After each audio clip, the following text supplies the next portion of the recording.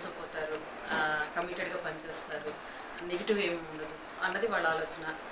అలాగే 33% రిజర్వేషన్ ఏ విధంగా అయితే వాళ్ళు దాన్ని ఫిలప్ చేయాలనుకున్నారో అది అఫీషియల్గా అవ్వకపోయినప్పటికీ కూడా ఈరోజు మ్యాక్సిమం మహిళలకి కొత్త వారికి అవకాశం కల్పించింది కాంగ్రెస్ పార్టీ. సో దానికి మేము కృతజ్ఞతలను తెలియజేస్తూ ధన్యవాదాలు తెలియజేస్తూ ఈరోజు పశ్చిమ నియోజకవర్గంలో నేను మహిళా కాంగ్రెస్ ప్రెసిడెంట్ అయిన తర్వాత 72 వార్డులు కూడా వర్క్ చేయడం జరిగింది. అందువల్ల ఈరోజు నాకు నియోజకవర్గం కొత్త ఏమీ కాదు. క్యాడర్తో ముందు నుంచి కూడా నేను మమేకమై పనిచేసిన పరిస్థితి ఉంది. గ్రాస్ లెవెల్లో నాకు అక్కడ ఉండి పట్టుంది.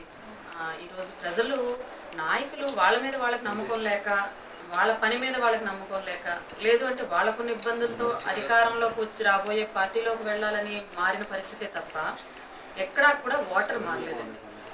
ఓటర్గానే ఉన్నారు. ఈరోజు ఎక్కడికి వెళ్ళినా కూడా బ్రహ్మరథం పడుతున్నారు. కార్యకర్తలు అంతా కూడాను, ప్రజలంతా కూడాను మేము కాంగ్రెస్ వాదులు, మేము కాంగ్రెస్కే ఓటు వేస్తాం. ఎస్పెషల్లీ పశ్చిమ నియోజకవర్గానికి వచ్చేసరికి మిగతా విశాఖ జిల్లాలో ఉన్న మిగతా నియోజకవర్గాలకి పశ్చిమ నియోజకవర్గానికి తేడా ఏంటంటే ఇది పెద్ద ఇండస్ట్రియల్ బెల్ట్ ఉంది. సో ఇక్కడ మైగ్రేటెడ్ పీపుల్, నార్త్ ఇండియన్స్ అవనివ్వండి, అటు బీహార్ నుంచి, ఒరిస్సా నుంచి వచ్చిన మనకి వాళ్ళు అవనివ్వండి ఎక్కువ మంది ఉన్నారు. వీళ్ళు సెంట్రల్ గవర్నమెంట్ అండర్లోకి వచ్చే ఇండస్ట్రీస్ కూడా ఉన్నాయి. సో దట్ ఈ వీళ్ళంతా కూడాను గడిచిన 15-20 సంవత్సరాల నుంచి వైజాగ్లో నివాసం ఉండడంతో ఓటు హక్కును కూడా కలిగి ఉన్నారు. వీళ్ళంతా కూడా కాంగ్రెస్తోనే ఉంటారు. ఎప్పుడు కూడా వాళ్ళు కాంగ్రెస్ని విడిచిపెట్టే పరిస్థితి. ప్రజలకు ఈరోజు కాంగ్రెస్ మేనిఫెస్టో కూడా చాలా మంచి మేనిఫెస్టో వచ్చిందండి. దాని ద్వారా కూడా చాలా బాగుంది. అంతేకాకుండా ఈ 10 ఏళ్లలో మేము చేసిన పథకాలు అవనివ్వండి, ప్రజలకు మేము ఇచ్చినటువంటి రేషన్ కార్డులు అవనివ్వండి, ఇళ్ల పట్టాలు అవనివ్వండి, పెన్షన్స్ అవనివ్వండి, ఇవన్నీ కూడా వాళ్ళందరూ గుర్తున్నాయి. ఇక రాబోయే కాలంలో పశ్చిమ నియోజకవర్గంలో ఉన్నటువంటి సమస్యల మీద పోరాడాల్సిన అవసరం నాకు ఉంది. ముఖ్యంగా అతి పెద్ద సమస్య ఎన్ఏడి కొత్త రోడ్ ఫ్లైఓవర్ అండి. ప్రజలు చాలా ఇబ్బంది పడే పరిస్థితి. ఒక 2-3 నియోజకవర్గాలను కనెక్ట్ చేసేటువంటి ఆ ఫ్లైఓవర్ అన్నది చాలా ఇంపార్టెంట్.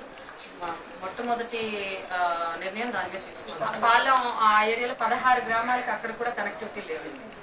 ఈవెన్ పగలు పర్వాలేదు కానీ రాత్రి వర్షం పడే టైంలో మహిళలు, పిల్లలు వెళ్ళడానికి చాలా ఇబ్బంది పడే పరిస్థితి.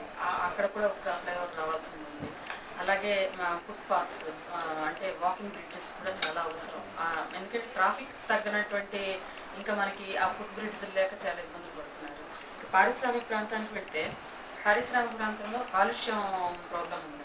ఇప్పుడు జపాన్ లాంటి దేశాల్లో మనకంటే పెద్ద ఇండస్ట్రీస్ ఉన్నప్పటికీ కూడా వాళ్ళు ఈ పొల్యూషన్ కంట్రోల్లో ఈ హై అడ్వాన్స్ టెక్నాలజీ ఉపయోగించి వాళ్ళంతా కూడాను చాలా వరకు కంట్రోల్ చేస్తున్నారు. ఆ టెక్నాలజీని మనం అడాప్ట్ చేసుకోవాలి.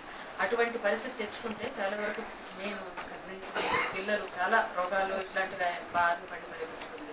అది లేకుండా మనం వాళ్ళని చాలా వరకు కంట్రోల్ చేయొచ్చు. దాని మీద కూడా అన్నిటికీ మించి గట్టి పోటీనిచ్చే పార్టీ ఏదైనా భావిస్తున్నారంటే అంటే మీకు అంటే ఉన్న అక్కడ మీరైతే మాత్రం నియోజకవర్గంలో పర్టికులర్ మీరు ఎవరో అంతే తెలిసే పరిస్థితి అయితే ఉంది.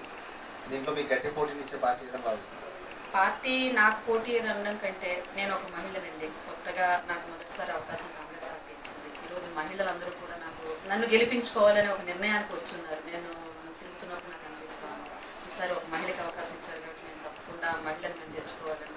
ఒకరు నాకు పోటీ, ఒకరికి నేను పోటీ అని నేను అనుకోవడం లేదు. నా పని నేను చేసుకున్నాను.